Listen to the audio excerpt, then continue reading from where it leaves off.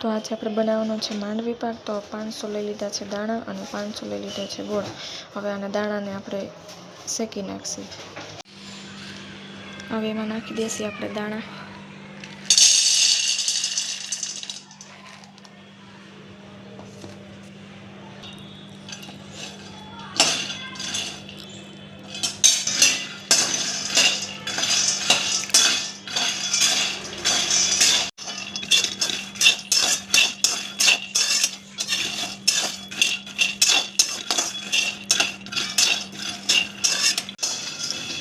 તો આ રીતે છે ને માંડવીના દાણા શેકી લેવાના છે। ઠરી જાય પછી આ રીતે ફોતરા કાઢી લેવાના।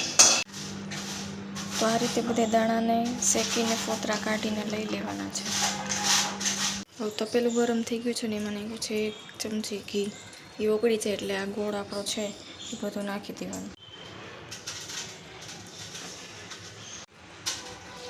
હવે ગોળ બધું નાખી દીધું છે।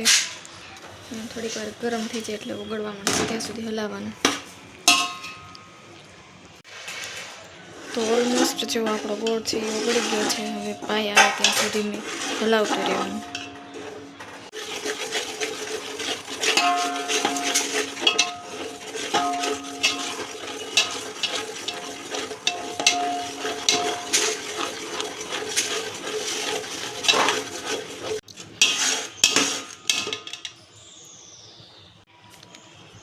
તો આ રીતે બ્રાઉન થાય ત્યાં સુધી કરવાનું।